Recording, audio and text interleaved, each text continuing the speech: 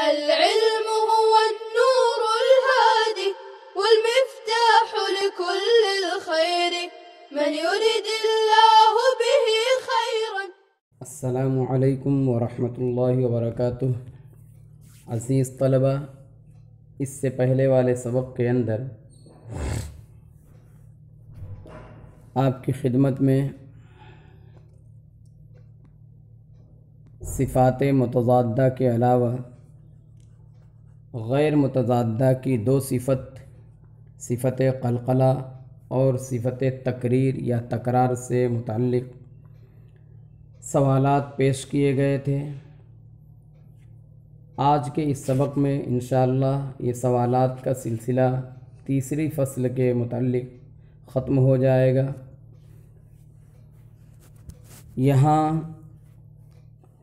صفت تفشی سے بات شروع کی جا رہی ہے، تو آپ سے سوال یہ ہے کہ تفشی کے معنی بتلائیں اور اس کی تعریف کریں۔ تفشی کے معنی کا مطلب ہے کہ آپ اس کا لغوی معنی بتلائیں، اور اس کی تعریف سے مراد یہ ہے کہ اس کی اصطلاحی تعریف، گویا کہ صفت تفشی کی لغوی اور اصطلاحی معنی آپ کو بتلانا ہے۔ اور یہاں جو ہے اس کی اصطلاحی تعریف میں وہی تعریف آپ لکھیں گے جو تعریف آپ کو آسان لفظوں میں بتلائی گئی ہے۔ مزید یہ بتلائیے کہ صفت تفشی کے پائے جانے کے لیے کیا پورے منہ میں ہوا پھیلنا ضروری ہے؟ یہ اصل میں سوال اس لیے کیا گیا ہے کہ بعض حضرات نے صفت تفشی، جیسا کہ آپ جانتے ہیں کہ شین کی یہ صفت ہے، تو صفت تفشی صرف شین میں ہی پائی جاتی ہے جمہور علماء اور قراء کے قول کے مطابق اور ان کے بیان کے مطابق، لیکن بعض لوگوں نے دوسرے کئی حرفوں میں صفت تفشی کو مانا ہے اور صفت تفشی کے قائل ہیں بعض دوسرے حرفوں میں، تو ان لوگوں نے صرف جو ہے ہوا کے پھیلنے کو دیکھ کر کے ان حرفوں میں صفت تفشی مان لیا ہے۔ اس لیے جو ہے آپ سے یہ پوچھا جا رہا ہے کہ کیا پورے منہ میں ہوا پھیلنا ضروری ہے؟ آگے سوال ہے، ماقبل میں ایک سوال آپ کو کیا گیا تھا قلقلہ کے لیے کہ قلقلہ کے درجات کئی ایک ہیں، آپ قلقلہ کے درجات بیان کریں، تو اسی طرح سے اس میں پوچھا جا رہا ہے آپ سے کہ کیا قلقلہ کی طرح تفشی کے بھی درجات ہیں؟ اگر آپ کا جواب جو ہے اس بات میں ہے اور یقیناً ہوگا، تو اس کے بعد سوال یہ ہوگا کہ تفشی کے کتنے اور کون سے درجات ہیں؟ یعنی قلقلہ کی طرح درجات ہونے کا مطلب یہ نہیں ہے کہ بالکل جتنے قلقلہ کے درجات ہیں اتنے ہی تفشی کے ہیں، لیکن درجات ہونے میں قلقلہ کی طرح تفشی ہے۔ تو اب سوال یہ ہے کہ تفشی کے کتنے اور کون سے درجات ہیں؟ اگلا سوال جو ہے تفشی سے متعلق اخیری، تفشی کس حرف میں پائی جاتی ہے اور اسے کیا کہتے ہیں؟ یعنی تفشی کی وجہ سے اس حرف کو کیا کہا جاتا ہے؟ اگلا سوال ہے کہ استطالت کے معنی بتلائیں۔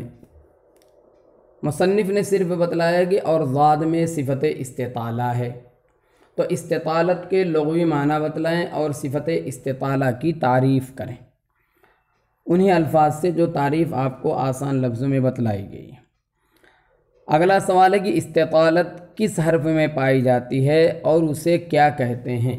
یعنی صفت استطالت جس حرف میں پائی جاتی ہے اس حرف کو صفت استطالت کی وجہ سے کیا کہا جاتا ہے؟ جیسے آپ نے ماقبل میں پڑھا، جہر کی وجہ سے مجہورہ کہا جاتا ہے، ہمس کی وجہ سے محموسہ کہا جاتا ہے، مستفلہ، منفتحہ وغیرہ جو ہے نام رکھا جاتا ہے، تو اسی طرح صفت استطالت کی وجہ سے جس حرف میں صفت استطالت پائی جاتی ہے اس حرف کو کیا کہا جاتا ہے؟ اس کے بعد ہے صفت صفیر کن حرفوں میں پائی جاتی ہے؟ کن حرفوں میں پائی جاتی ہیں، ان حروف کے نام آپ بتلائیں کہ فلاں فلاں حرف میں پائی جاتی ہے۔ پھر اس کے بعد جو ہے سفیر کے معنی بتلائیں اور صفت سفیر کی تعریف کریں، یعنی یہاں پر بھی وہی مراد ہے کہ سفیر کا لغوی معنی کیا ہے اور سفیر کی اصطلاحی تعریف کیا ہے۔ اب جو ہے مصنف رحمۃ اللہ علیہ نے صرف اتنا کہا کہ اور فلاں فلاں حروف سفیرہ کہلاتے ہیں۔ اب حروف سفیرہ کہلاتے ہیں تو وہاں چونکہ جامعیت کی وجہ سے انہوں نے ایسا کہہ دی، لیکن آپ آسان لفظوں میں جو آپ کو بتلایا گیا تھا اسے آپ جو ہے یہاں پر تحریر کریں کہ سفیر کی اصطلاحی تعریف کیا ہے۔ آخری صفت ہے غنہ کسے کہتے ہیں۔ مصنف نے بیان کیا ہے کہ نون میم میں ایک صفت یہ بھی ہے کہ ناک میں آواز جاتی ہے اور کسی حرف میں یہ صفت نہیں، اتنا بیان کیا ہے۔ تو اب آپ سے یہ پوچھا جا رہا ہے کہ غنہ کسے کہتے ہیں۔ ایک تو غنہ کے لغوی معنی، پھر اس کے بعد جو ہے غنے کا اصطلاحی معنی آپ کو بتلانا ہے۔ پھر جو ہے آپ کو تفصیل کے اندر اس سبق کی تفصیل کے اندر جو ہے آپ کو بتلایا گیا تھا کہ غنہ دو طرح کا ہوتا ہے، غنہ آنی اور زمانی۔ تو یہاں پر غنے سے کون سا غنہ مراد ہے، غنہ آنی یا غنہ زمانی؟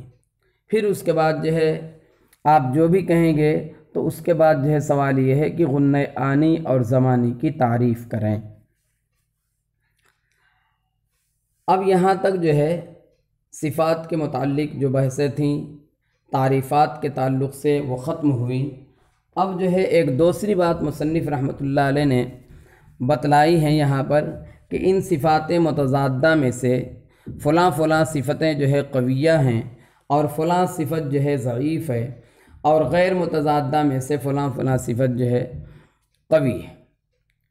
تو سوال یہ ہے کہ صاحب فوائد مکیہ نے، اچھا اس سے پہلے ایک سوال یہ کہ آپ کو میں نے بتلایا تھا کہ جمہور علماء نے 17 صفات بیان کی ہیں، جن میں سے صفات متضادہ میں 2 صفت تھی اطلاق اور اسمات، اور غیر متضادہ میں 2 صفت جو ہے لین اور انحراف کی تھی۔ تو مصنف رحمۃ اللہ علیہ نے متضادہ میں سے اطلاق اور اسمات کو اور غیر متضادہ میں سے لین اور انحراف کو بیان نہیں کیا ہے۔ تو میرا سوال یہ ہے کہ صاحب فوائد مکیہ نے صفات متضادہ میں سے اطلاق اور اسمات کو اور غیر متضادہ میں سے لین اور انحراف کو کیوں نہیں بیان کیا؟ جی اب اس کے بعد میں جو کہنے جا رہا تھا وہ سوال کہ مصنف رحمۃ اللہ علیہ نے یہاں تک تمام صفات کی تعریف کر دی، متضادہ ہوں یا غیر متضادہ، اور جہاں متضادہ کا بیان ختم ہوا تھا وہاں پر مصنف نے ایک بات یہ کہی تھی کہ صفات متضادہ میں سے ہر حرف کے اندر 4 صفتوں کا پایا جانا ضروری ہے، غیر متضادہ میں سے ہر حرف میں صفت کا پایا جانا ضروری نہیں ہے۔ اب اگلی بات جو مصنف جو ہے صفات کے بیان کے بعد جو کر رہے ہیں اس میں یہ بتلا رہے ہیں کہ صفات متضادہ میں سے فلاں فلاں صفتیں قوی ہیں، اور صفات غیر متضادہ میں سے یہ بتلایا کہ فلاں فلاں جو ہے صفات جو ہے قویہ ہیں۔ تو اب جو ہے آپ سے سوال یہ ہے کہ ان مذکورہ 14 صفات میں سے، یعنی 8 جو ہے صفات متضادہ اور 6 جو ہے غیر متضادہ، تو 14 صفات میں سے کون سی صفات قوی ہیں اور کون سی ضعیف ہیں؟ صرف اتنا آپ کو بتلانا ہے کہ فلاں فلاں صفت قوی ہے متضادہ میں سے، اور غیر متضادہ میں سے فلاں صفت قوی ہے، اور جو ضعیف ہوں اس کی بھی نشاندہی کریں۔ اب جو ہے سوال یہ ہے کہ جب یہ صفات قوت اور ضعف کے اعتبار سے الگ الگ درجہ رکھتی ہیں تو کیا صفت کے قوی اور ضعیف ہونے کی وجہ سے حرف کی قوت و ضعف میں اثر ہوگا؟ یعنی کیونکہ صفات ہی کے ذریعے جو ہے حروف کے اندر امتیاز پیدا ہوتا ہے وغیرہ، آپ کو جو تفصیل سے بتلایا گیا، تو اور یہ بھی آپ جانتے ہیں کہ ان 14 صفات میں سے کچھ صفتیں قوی ہیں اور کچھ ضعیف ہیں۔